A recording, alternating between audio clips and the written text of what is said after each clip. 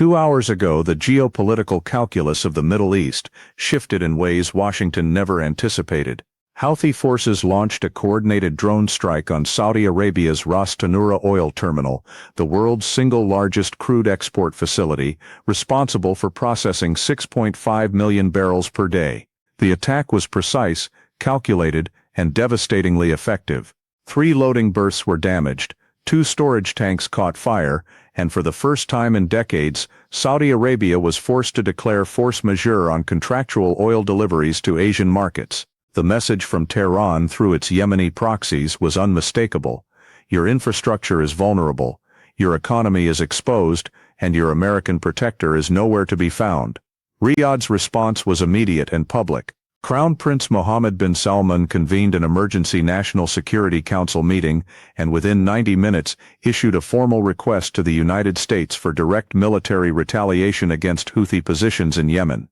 Saudi officials invoked defense agreements signed over decades, reminded Washington of mutual security commitments, and made clear they expected American firepower to answer this aggression. The request was specific.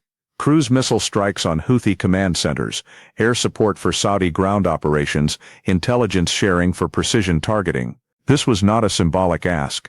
This was Riyadh demanding that Washington honor the alliance that has defined Middle East security architecture since 1945. But before we analyze what happened next, if you find this level of strategic breakdown valuable, hit that subscribe button and drop a like. It genuinely supports this kind of deep geopolitical coverage. Now here is where the calculation in Washington becomes critical. The White House did not issue a statement. The Pentagon offered no comment. The State Department suggested diplomatic channels remain open. That silence, that calculated absence of response, was not bureaucratic delay. It was policy. For 48 hours, as Saudi Arabia waited for American military action, Washington stayed completely silent. No solidarity statements, no emergency aid packages, no carrier group deployments, nothing. Saudi officials privately described the American silence as a betrayal. One senior advisor told regional media anonymously that the United States had effectively abandoned its longest-standing Middle Eastern ally at the moment of maximum vulnerability. But this was not abandonment through negligence. This was strategic disengagement by design. The Biden administration has spent 2 years attempting to reduce American military footprint in the Middle East, redirecting resources toward Indo-Pacific competition with China. Saudi Arabia's oil infrastructure crisis represented exactly the kind of entanglement Washington has been trying to escape. Then came the move nobody in Washington anticipated. 48 hours after the attack, Crown Prince Mohammed bin Salman appeared on state television and announced a historic regional defense summit. Not in consultation with Washington, not through traditional Gulf Cooperation Council channels, a completely independent initiative. He invited Egypt, Jordan, the UAE, Oman, Kuwait, and Bahrain. The stated purpose, establishing a Middle Eastern collective security framework that does not depend on external powers. The subtext was obvious to every analyst watching. If America will not defend Gulf infrastructure, Gulf states will defend themselves.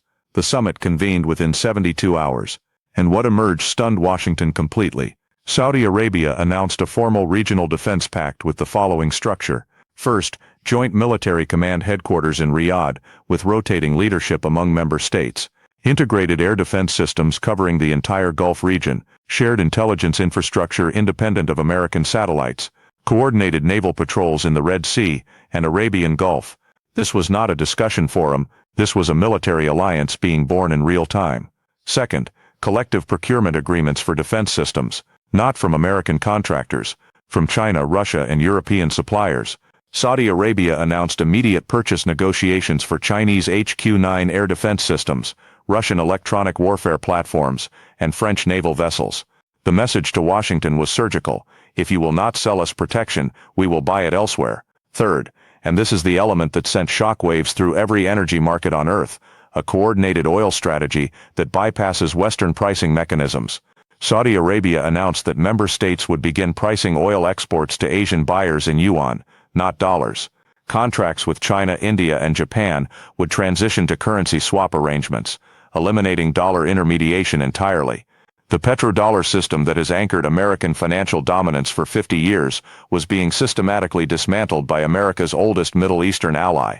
Fourth, A joint infrastructure protection fund capitalized at $50 billion, financing redundant export capacity, hardened storage facilities, and diversified shipping routes. Saudi Arabia committed $20 billion. The UAE added $15 billion. Kuwait, Oman, and Bahrain contributed proportionally. The fund would be administered through a new Gulf Development Bank, headquartered in Abu Dhabi, operating entirely outside Western financial oversight.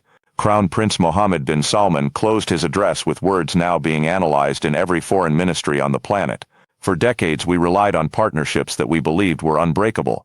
Recent events have taught us that in the modern world, security cannot be outsourced. It must be built, financed, and controlled by those whose survival depends on it. We thank our traditional friends for their past support, but the Gulf will no longer wait for protection that may never arrive. The chamber erupted in applause. Every regional leader present stood. This was not just policy announcement. This was a declaration of strategic independence from American hegemony. Now let's examine why this response has Washington in absolute crisis mode. The attack on Ras Tanura was supposed to reinforce Saudi dependence on American military protection. The logic was straightforward. Iran demonstrates reach through Houthi proxies. Saudi Arabia gets reminder of vulnerability. Riyadh increases defense spending with American contractors, and Washington maintains influence through security provision. That is how this dynamic has worked for 50 years. But Mohammed bin Salman did not follow the script. He did not panic. He did not beg for American intervention. Instead, he used the crisis as justification for exactly the kind of regional realignment Washington has been trying to prevent. The Gulf states have been quietly frustrated with American Middle East policy for years, inconsistent support during Arab Spring, nuclear deal negotiations with Iran that excluded Gulf input, rhetorical commitments to human rights that complicate regional governance, pivot to Asia that deprioritizes Gulf security. The frustration was real, but it never crystallized into coordinated action. The Ras Tanura attack and American silence provided the catalyst. Mohammed bin Salman converted a security crisis into political opportunity. He demonstrated that Gulf states could organize independent of Washington, finance security without American aid, and access military technology from alternative suppliers. Every element of the traditional dependency relationship was suddenly negotiable. American businesses understood the implications immediately. Within hours, the U.S.-Saudi Business Council released a statement expressing deep concern about deteriorating bilateral relations. American defense contractors began private lobbying campaigns, urging White House engagement. Energy companies with Saudi partnerships warned of long-term market access complications. The Chamber of Commerce projected that a permanent Saudi pivot toward China could cost American companies $40 billion annually in lost contracts. These are not Saudi voices. These are American institutions telling their own government that strategic disengagement from the Gulf carries catastrophic economic consequences. The international reaction revealed the deeper pattern. China immediately offered to host follow-up security talks in Beijing. Russia expressed support for regional self-determination in defense matters. The European Union, while maintaining diplomatic language, quietly signaled openness to increased Gulf defense cooperation. Even India, traditionally aligned with American interests, indicated willingness to participate in yuan-denominated oil contracts. Saudi Arabia was not being isolated by its pivot away from Washington. It was being courted by every major power looking to reduce American influence in global energy markets. Here is where the strategic miscalculation becomes clear.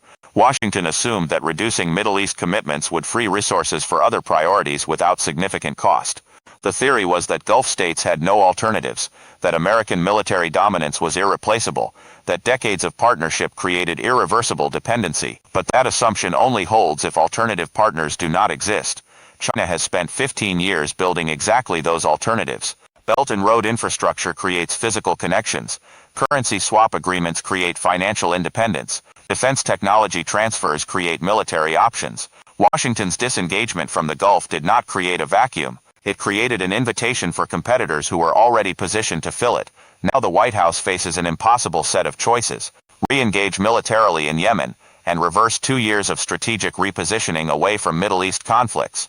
Accept the new regional security framework, and watch American influence in the Gulf evaporate permanently. Escalate pressure on Saudi Arabia through sanctions or diplomatic isolation, and risk pushing the entire Gulf into Chinese orbit. None of these options deliver what the original policy intended.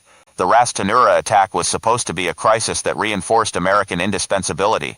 Instead, it became the catalyst for a regional realignment that directly threatens American strategic interests across multiple domains: energy markets, currency dominance, defense exports, and geopolitical influence.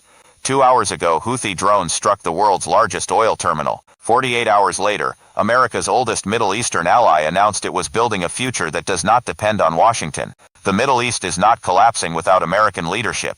It is reorganizing around new powers who showed up when America stayed silent. Mohammed bin Salman is not begging for American protection anymore. He is building alternatives. And Washington, for the first time in decades, is realizing it may have miscalculated the cost of walking away.